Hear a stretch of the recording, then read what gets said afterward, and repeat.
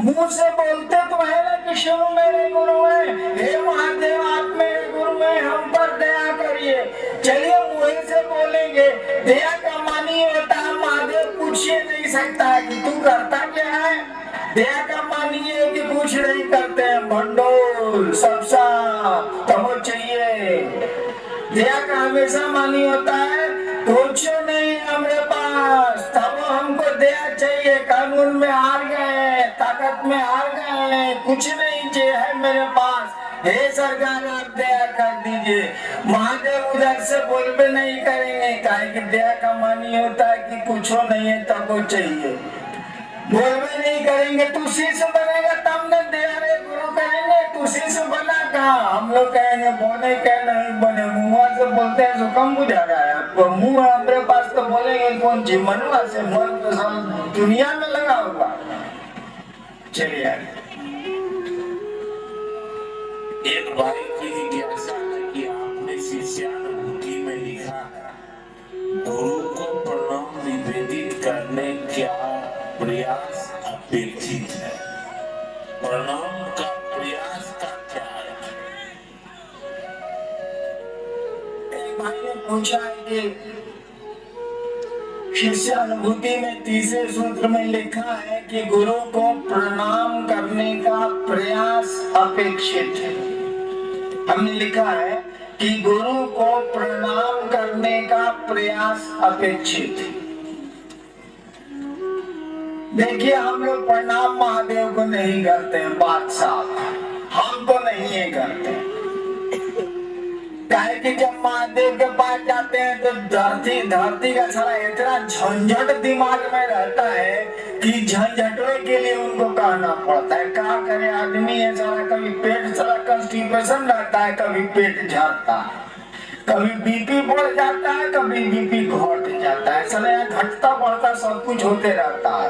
तो जब महादेव सामने पड़ते हैं तो हम सोचते हैं कि मिले हैं हाकिम तो जैसा अपना काम धाम कर दिया जाए, बाकी काम तो बाद में होते रहेगा। तो परिणाम अपने काम के लिए होता है, महादेव के लिए नहीं हो पाता। हम लोग प्रणाम बड़ी करते हैं, नौकरी में थे 32 साल ना, तो बहुत लोगों को प्रणाम करते थे। एक बार गांव गए तो हमारे गांव का वो चचा भेटा गया, उसमें पट्टा कंट्रोल रूम का मैं इंचार्ज था, भेटा गया। हमने कहा प्रणाम काका, का खुश रहो बउआ। कुछ दूर के बाद एक आदमी साथे जा रहा था, पूछिस है बॉस केस थारी, हमको माने साला कुकुर है। देखिए बोले प्रणाम हुआ, मनवा झुका। अच्छा पतो लोग अमूमन सास को कैसे गोड़ लगती है हम देखें, आंचल से गोड़ पूछेगी, अरे बाप रे बाप 5 बार भोरे भोर।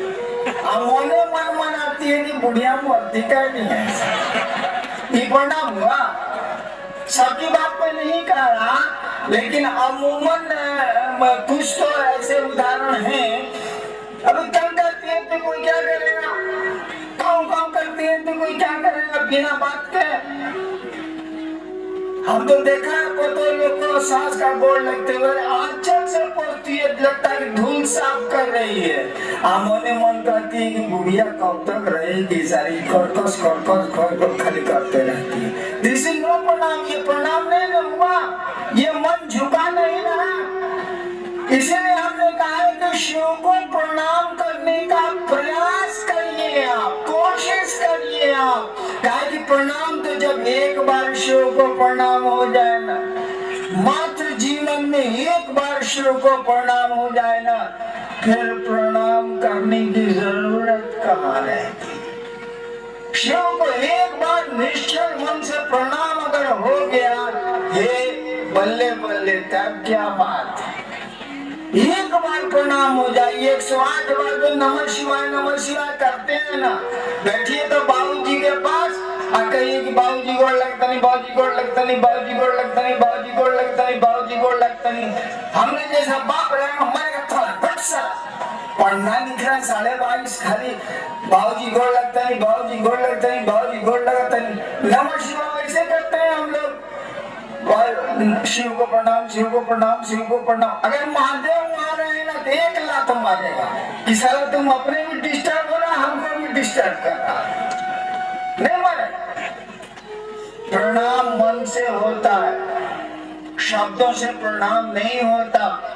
शब्द सहयोग दे सकते हैं लेकिन वो प्रणाम नहीं करते हैं। इसीलिए हमने कहा प्रणाम करने की कोशिश करिए, आप गुरु का आदेश करिएगा ना, गुरु की दया होगी ना तो प्रणाम होने लगेगा, प्रणाम हो जाएगा।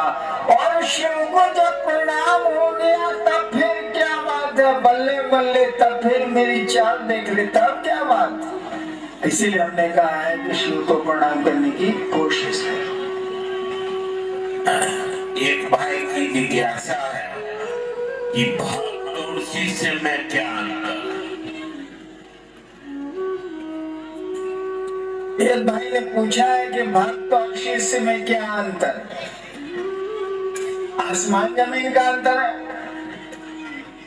भक्त और चेला में आसमान जमीन का अंतर है। भक्त होने के लिए आपको शिष्य होना होगा। भक्ति बड़ी ऊपर की चीज है। मीरा गानी दीवानी कहने लगी, वो तो गली गली हरि गुण गाने लगी। भक्त है वो, मंसूर भक्त है खुदा का, प्रेमी है। भक्त बोले प्रेमी। मीरा के साथ क्या हुआ था, शादी के 6ठे साल उसका पति मारा गया राणा सांगा के साथ युद्ध के मैदान में। पिता भी उसके मारे गए। बाद में उसका देवर राजा बना, वो भी लड़ाई में मारा गया। जहर दिया, जो उसके परिजन राजा बने थे उसने जहर दिया मीरा को, छोटी जातियों में जाकर बैठा करती है। रैदास उसके गुरु थे। छोड़ दिया राजपुताना का वो उसका अपना महल और चली गई। पहले बाद में द्वारिका गई, द्वारिका चली गई, वो छोड़ दिया उसने। सोचिए भक्त इसको कहते हैं। हम लोग भक्त हैं, यहाँ से शिव को गुरु मान के गए, अभी रहिले है, धक्का धुकी होबे करेगा, थोड़ा बहुत देह में देह सटवे करेगा।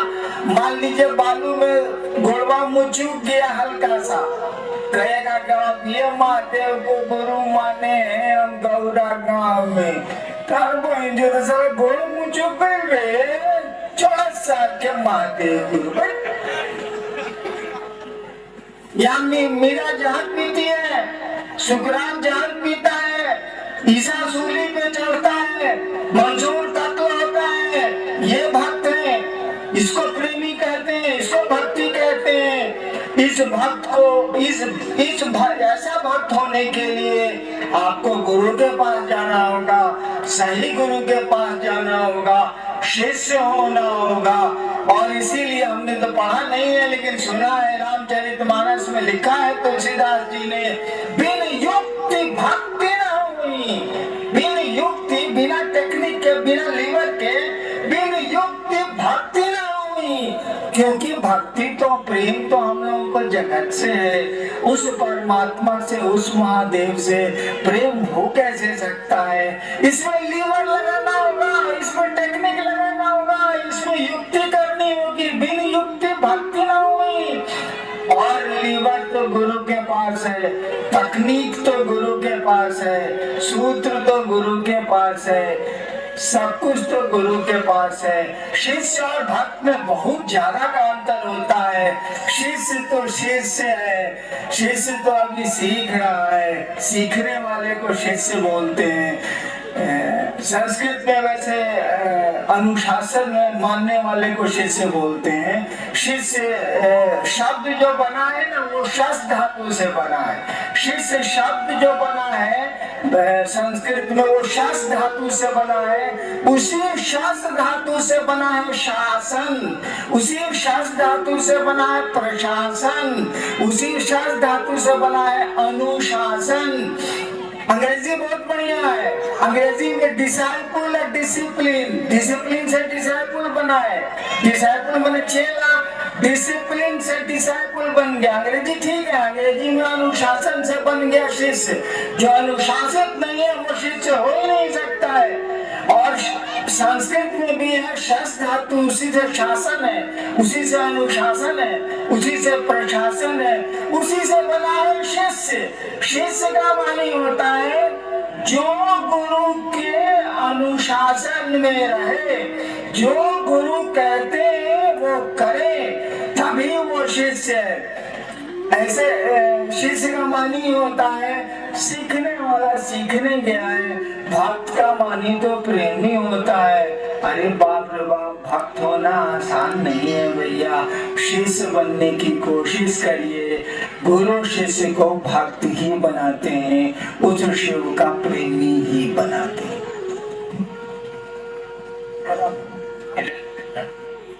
और एक भाई की जिज्ञासा है कि मानव जीवन में गुरु की क्या जरूरत है? शैक्षणिक ज्ञान जीवन के लिए पर्याप्त नहीं है क्या?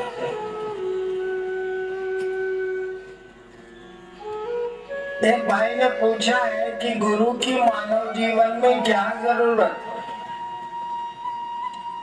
शैक्षणिक ज्ञान पर्याप्त नहीं है क्या? शैक्षणिक ज्ञान तो जगत के बारे में ज्ञान दिया जाता है ना। आपको हमको कौन बताएगा कि हम लोग मर के कहाँ जाते हैं, काहे मर जाते हैं, काहे सांस चलती है?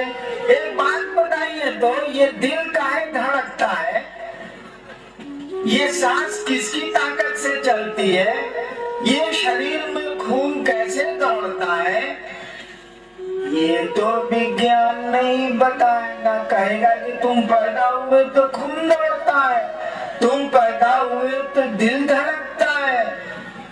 ये तो शैक्षणिक ज्ञान नहीं दे सकता है। आइंस्टीन ने कहा था ना कि कुछ दूरी के बाद तो कुछ पता ही नहीं चलता कि साला यहाँ है क्या चीज, कहाँ से आए हम, किस लिए आए हम, कब तक रहेंगे हम, क्या प्रयोजन है हमारा आपका।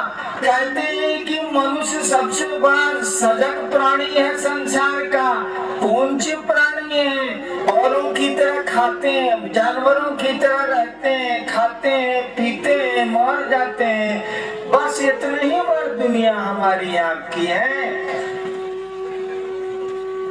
गुरु की बड़ी अहमियत है। शैक्षणिक गुरु शिक्षण ये जगत का ज्ञान देते हैं, वो आपको जगत में काम देता है। वह गुरु तो आपको दोनों ज्ञान देता है। पहले सिस्टम था ना, शास्त्र विद्या भी सिखलाई जाती थी और शास्त्रों को भी पढ़ाया जाता था गुरुकुल में, दोनों होता था, दोनों की जरूरत है। वह गुरु होगा तो आपको समझ में आएगा कि आप क्या हैं, तुम क्या हो, तुम्हारा जीवन क्या है, कैसे तुमको रहना चाहिए।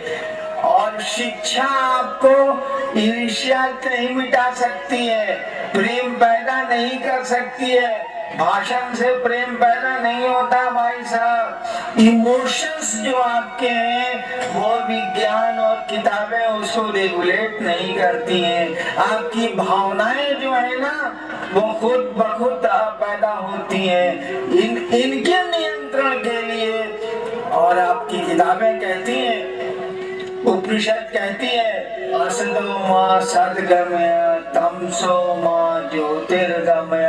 मानी क्या हुआ, स्कूल के दीवार पर लिखा रहता था पहले, तमसो मा ज्योतिर्गमय, अंधकार से प्रकाश की ओर चलो। देखिए इस जगत में अंधेरा शाश्वत है, रोशनी शाश्वत नहीं है। यहाँ रोशनी को हटा दीजिएगा ना तो अंधेरा खुद ब खुद आता है, यहाँ अंधेरा लाया नहीं जाता है। दिन के दोपहर में आप खिड़की दरवाजे बंद कर लीजिए, कमरे में अंधेरा हो जाएगा। सूरज बाहर निकला है लेकिन रोशनी को आप आने का रास्ता बंद कर दीजिए, अंधेरा हो जाएगा। यहाँ अंधेरा है, अंधेरा लाया नहीं जाता है, यहाँ रोशनी लाई जाती है तब अंधेरा हटता है। यहाँ अंध का तमस, यहाँ तम शाश्वत है, यहाँ अंधेरा शाश्वत है। इस अंधेरे को हटाने के लिए प्रकाश की जरूरत है। और इसीलिए हमारे शास्त्रों ने कहा भी, अज्ञान तिमिरान्धस्य ज्ञानांजन शलाकया। अज्ञान रूपी अंधकार में गुरु प्रकाश की शलाका आंखों में लगाते हैं, अपने शिष्य को। ये जैसे बाहर में अंधेरा शाश्वत है ना, हमारे आपके मन में भी अंधेरा शाश्वत है। जो चीजें यहाँ शाश्वत नहीं है, हम समझते हैं ये चीजें रहेंगी।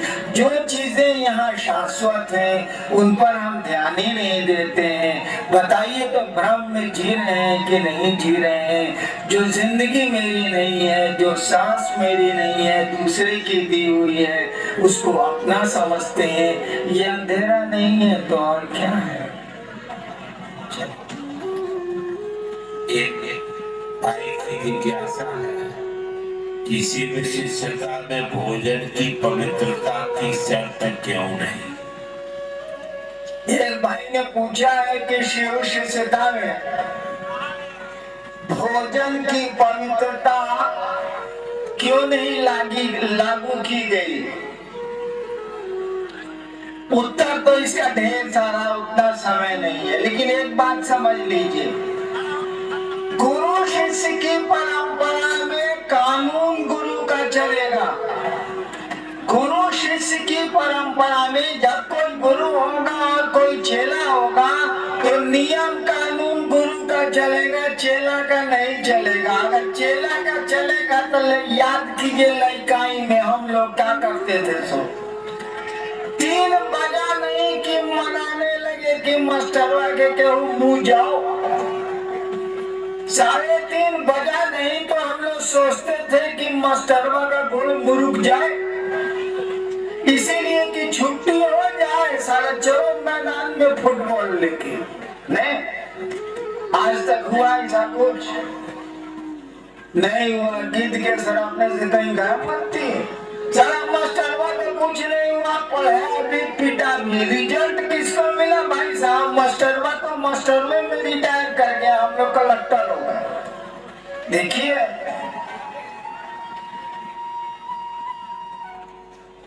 परिवर्तन आया कि नहीं आया, चेंज आया कि नहीं आया। तो नियम गुरु का न चलेगा, चेला का कैसे चलेगा? वो बना हुआ 5 बजे तक घंटी, आप कहेंगे 3 बजे मास्टर के गोड़ मुरुक जाए गोड़ तरह से गला से। वो नियम बना हुआ, वो तो जानता है कि बच्चा सारा मनाएगा कि गोड़ मुरुक जाएगा। वो पढ़ना चाहता नहीं है, बच्चे का स्वभाव नहीं है। तो नियम गुरु ना बनाएंगे। महादेव गुरु है, शिव गुरु है, कहा गया जगत के गुरु है। जगत गुरु नमस्तुभ्यम, हे शिव हे जगत के गुरु तुमको हम नहीं बोले, किताब बोल रही है। जगत गुरु नमस्तुभ्यम, हे जगत के गुरु तुमको प्रणाम है। जगत गुरु का मानी क्या होता है भाई साहब? जगत के एक आदमी को ये अधिकार है, वो किसी जगह का हो, किसी जाति का हो, किसी धर्म का हो, करिया हो, गोर हो, उज्जर हो, कार हो। जगत के एक आदमी को ये अधिकार है कि वो शिव को गुरु बना सकता है और किसी से पूछने की जरूरत नहीं है, किसी के परमिशन की जरूरत नहीं है, किसी की अनुमति की जरूरत नहीं है, क्योंकि वो जगत का गुरु है। जगत में हम रहते हैं, हमको पूरा का पूरा अधिकार है कि उस शिव को हम गुरु बना सके और किसी से पूछने की भी जरूरत नहीं है। और उस जगत गुरु को अधिकार नहीं है कि एक आदमी को भी कह देगा कि तू टोपी पहनता है इसीलिए मेरा चेला नहीं है। तो टोपी पहनने वाला कहेगा कि हम गुरु नहीं मानेंगे, साला हम टोपी पहनबे करेंगे। तो लोग कहेगा कि महादेव जगत गुरु है भैया, लेकिन टोपी पहनने वाला के छोड़ के नहीं हो सकता है। जो जगत का गुरु है वो कोई नियम नहीं लगा सकता है, इसीलिए हम लोग कुछ बोलते ही नहीं है। हम लोग कहते हैं कि 3 काम करिए, दया मांगिए, चर्चा करिए, प्रणाम करिए और मन में इस सोच को पक्का कीजिए, जिसको संकल्प बोलते हैं कि शिव मेरे गुरु है, हे शिव आप मेरे गुरु हैं और जब तक सांस चलेगी आप मेरे गुरु रहेंगे। ये रिश्ता हमारा आपका कायम रहेगा। और हम लोग कुछ बोलते ही नहीं है, बोलने की जरूरत ही नहीं है। आपको जो बुझाए सब कीजिए, जो सा करिएगा वैसा भोट भैया काहे इसे करते हैं। हम कहते हैं गुरु से पूछो बाप हम क्या करें इसमें, हम तो अपने नहीं खाते हैं बाप।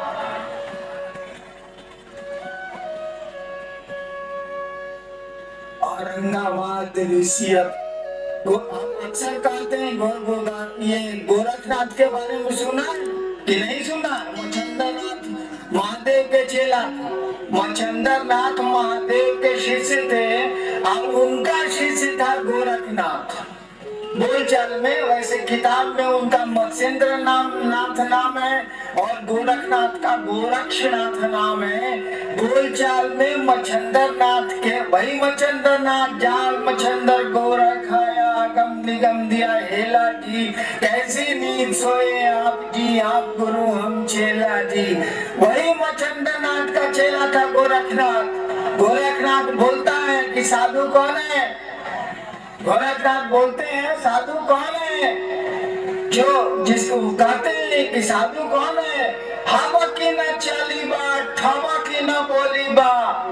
गोरखनाथ कहते हैं हवा खबक के नहीं चलेंगे, ठबक ठबक के नहीं बोलेंगे, हवा की न चली बा, ठवा की न बोली बा, धीरे धारी बा पाँव, धीरे धीरे पाँव बढ़ाएंगे, हवा की न चली बा, ठबा की न बोली बा, धीरे धारी बा पाँव, गर्भ न करी बा, सहजे रही बा, भारत गोरख राम।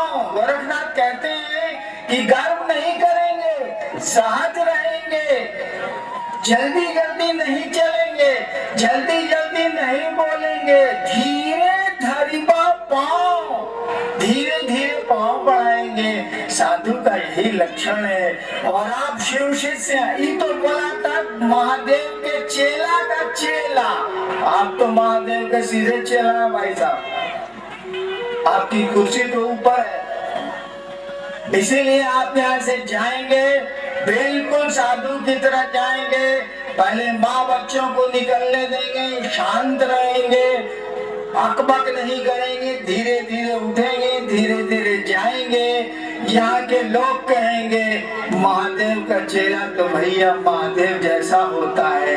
अरे इतने लोग आए, फिर कुछ देर में पता ही नहीं चला कि कौन कहाँ चले गए। अभी 10 मिनट और प्रोग्राम चलेगा, आप लोग शांतचित बैठिए, मात्र 10 मिनट का, 10 मिनट भी नहीं 5 मिनट 7 मिनट का खेला है, आप निश्चिंत बैठे रहें। औरंगाबाद के ऋषि थाने के इस पावन सूर्य मंदिर के मैदान में, इस गौरा गांव में आप आए, आपको असुविधा हुई, तकलीफें हुई। चलिए हम आपकी तकलीफों के लिए अपने गुरु महादेव से ये प्रार्थना करते हो कि आपकी ऐसे भी तकलीफें कम हो जाए, आपका जीवन सुखमय हो, शिवमय हो, आप सचमुच में शिव के शिष्य बने, आपको देख के दूसरे कहें कि अरे महादेव का चेला तो महादेव जैसा होता है, इसका जैसा गुरु है वैसा ही शिष्य है, ऐसा ही आपको आचरण प्रस्तुत करना चाहिए। यही मैं अपने गुरु महादेव से प्रार्थना करता हूँ और यही अनधिकार आपको आशीर्वाद भी देना चाहता हूँ कि आपके दुख थोड़े कम हो जाएं, आपका जीवन सुखमय हो, शिवमय हो, शिव आपके गुरु हो। और यही कह के एक भजन और होगा तब आप जाएंगे। यही कह के मैं आप सबों के चरणों में, जहाँ तक मेरी आवाज जा रही है, मैं अपना प्रणाम निवेदित करता हूँ। सारे लोग मेरा प्रणाम स्वीकार करेंगे। आप सबों को मेरा